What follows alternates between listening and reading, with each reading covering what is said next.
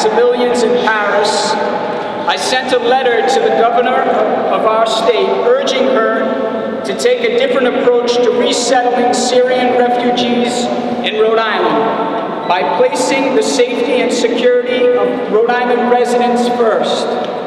I followed with a press release because I feel very strongly about this issue.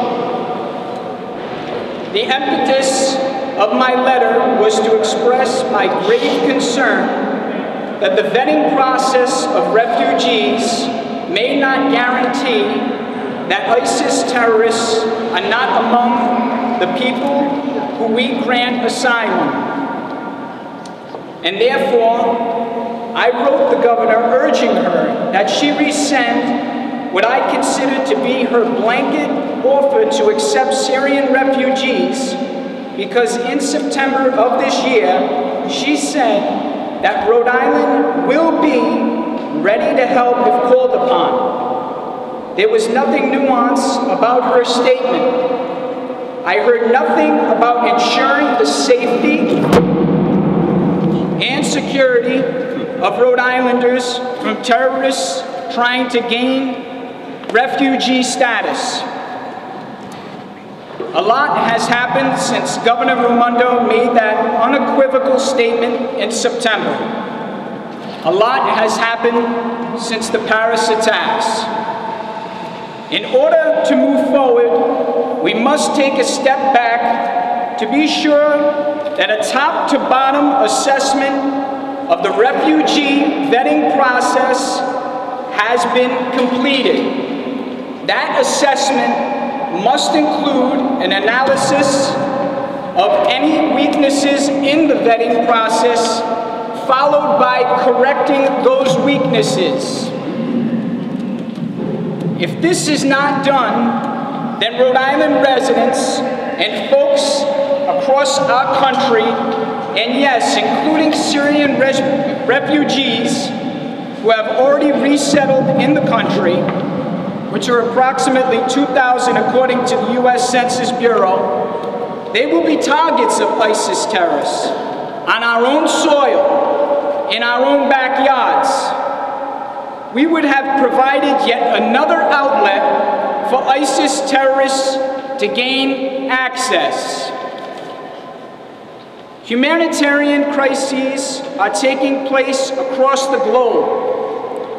On that, the governor and I have no disagreement. The moral fabric of our country cannot and should not be torn apart. We must remember the inscription of the Statue of Liberty, our cherished gift from France. However, we must not politicize this important dialogue. Folks will agree that turning our backs on children, some with families and some without, fleeing war-torn Syria, Africa, and other places is unacceptable. But we must be sure, first, that the security and safety of the people in the United States is assured as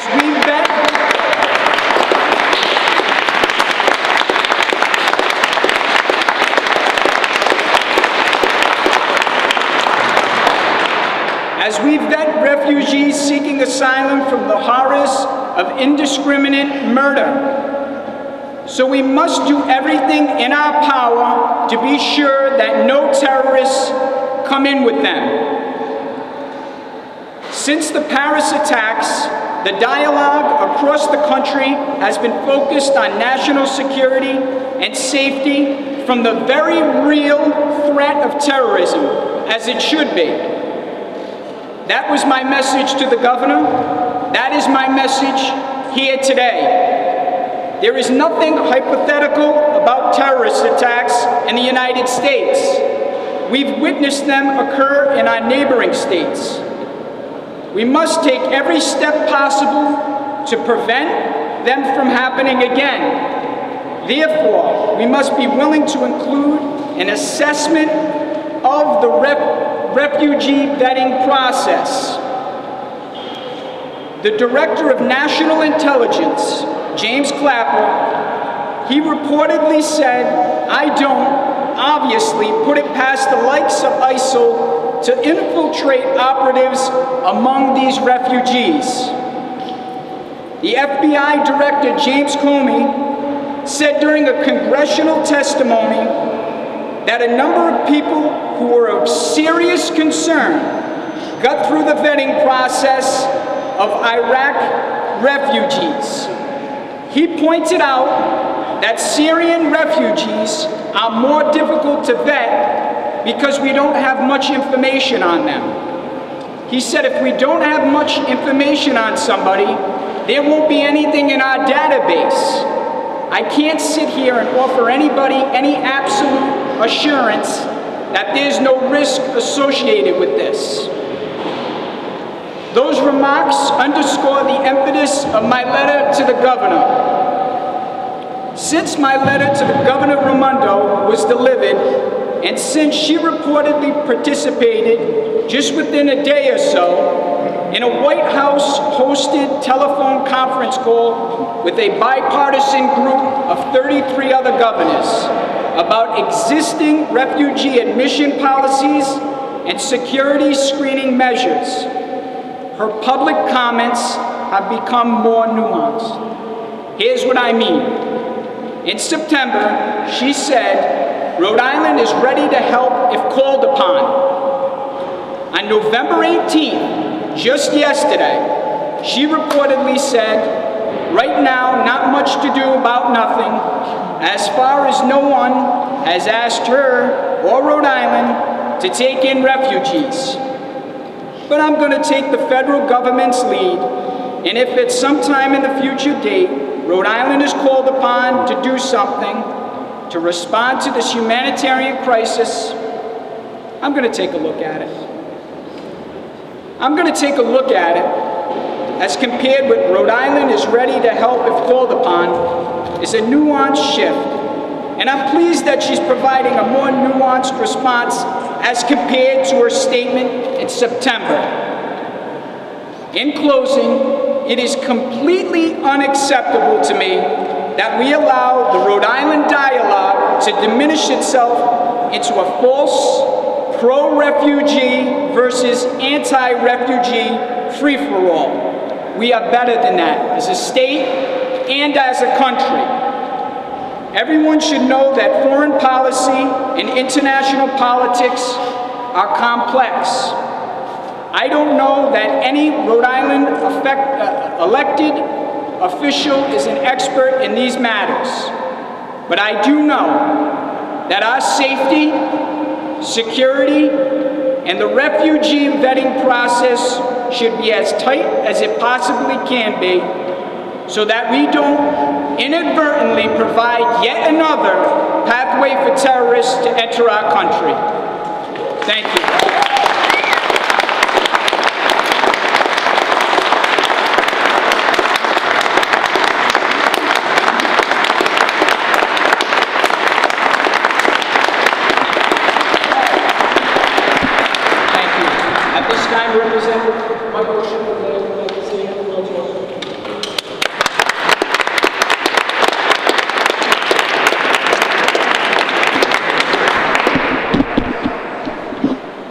Thank you, Representative Nardolillo, for setting up this press conference and also for your words. As everyone here knows, the United States of America is an extremely compassionate nation. We always have been, and we always will be. There have been a lot of accusations recently relative to those of us who have spoken out regarding the refugee situation, such as hysteria and knee-jerk and things of that nature. As Representative Nardolillo pointed out, this should not be politically utilized to pit one side of this issue against the other side. This is not the time for that. What we do need to understand and where we do need to spend our energies is understanding that while the United States of America is a compassionate nation, especially as it pertains to refugees, Things are very different right now. We are playing in a different ballpark. We aren't looking at the immigrants, for example, such as my great-grandparents who fled Ireland during a famine to come here and work. We're not looking at the other immigrants who've come to the U.S. and to Rhode Island to establish our state. These are immigrants who are unfortunately fleeing a state that is in civil war, and horrible things are happening in that part of the world. And I don't think anyone in this room can blame any of those folks for wanting to get out of harm's way. But we have a responsibility to protect Rhode Islanders and Americans over a political agenda.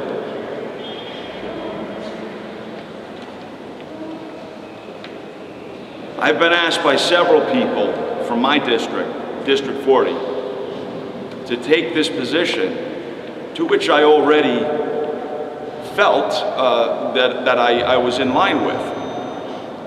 And just as many of those people have been asking me as their representative, I feel it's prudent and I feel it's appropriate that legislators like Representative Nardolillo and myself and so many others that you see here in front of us seek to have our governor answer the same questions and concerns that we're getting from our constituents. There's been some talking head commentary on the radio recently about state representatives not being foreign policy experts. And certainly I don't believe you'll find any one of us claiming to be a foreign policy expert. Including the governor. Including the governor. Thank you, sir. However, we do know some things. And we don't need to be foreign policy experts to know these things. We know that ISIS, the Islamic State of Iraq and Syria, has a strong occupational force inside of Syria.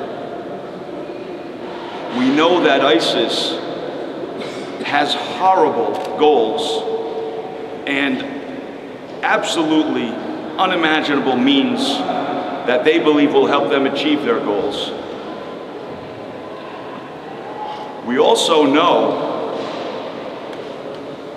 that authentic Syrian passports have been coming out of the woodwork because during the Civil War, it was reported and very well documented that the government's agency that provides passports to Syria's nationals was raided. It was devastated. The machinery, the equipment, the materials were all taken. We don't know whose hands they're in, but we do know that a reporter with a mere $2,000 US was able to purchase an actual valid Syrian passport, not a fake, not a forgery, not a good look-alike. It was made with the equipment, the materials that all Syrian passports were made from. ISIS is making reportedly $50 million a day in oil that they've taken control of. I don't think $2,000 a passport is much of an obstacle for those folks. We do know, as my colleague pointed out, that our own FBI director is telling us there is no way that they can properly vet the number of immigrants or refugees seeking asylum.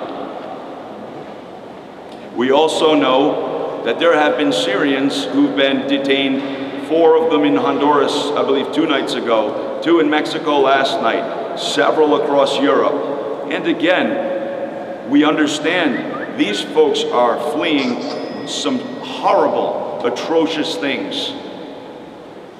And we can't blame them for wanting to do that. But we must, above all, place the safety of our residents.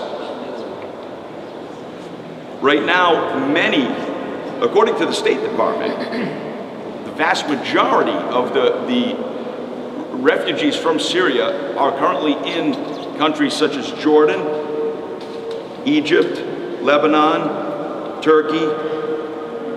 These are countries that are culturally similar to theirs. They're able to assimilate more easily. In some cases, there are language overlaps. It makes it much easier for them. They are out of harm's way in this civil war that is taking place in Syria. However, they're still moving around Europe, and we're still seeing what we saw Monday. Or Friday. That's just one example. Just today we saw raids that led to horrible things. Yesterday we saw raids that led to horrible things. There was a recent Arab Opinion Index poll that was published, that was taken from 900 Syrian refugees. 1 out of 8 had a somewhat positive view of ISIS. That's about 13%, folks. I saw earlier on a news broadcast today what I thought was probably the most brilliant analogy or metaphor that makes it very easy for even my children to see and understand. And it was a very large bowl of very colorful M&Ms. And the caption was, "One of these M&Ms is a deadly poison. Are you willing to let your child eat from this bowl of M&Ms?" Now, very simple it is in words, but the message, I think, is straight on point. We know that there is a group that has abused a religion, the name of a religion, a culture. They've abused everything they can to forward a goal that is just unmentionable. And now the poor people of Syria are suffering from that. We still remain a compassionate nation, and we still remain a compassionate state. But as long as I keep getting phone calls from veterans who are not able to put oil in their furnace or put food in their refrigerator, as long as I drive under overpasses in Providence and there are homeless people underneath there sleeping under cardboard, I cannot with good conscience take that 13% chance that we're going to be funding someone who wants to do us harm over veterans.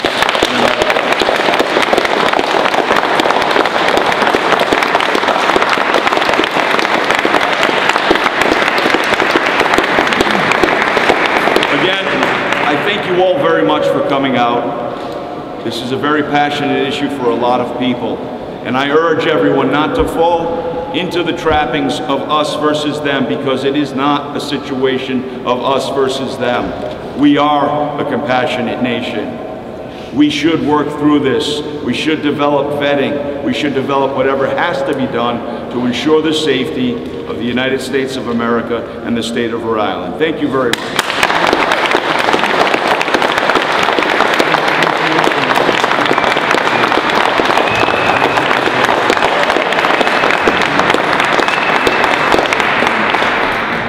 This up this time. We'd just like to reiterate thank you for taking the time to be out this afternoon. Some of you obviously had to leave work early, be away from your families, and we really appreciate your support. Thank you. Thank you.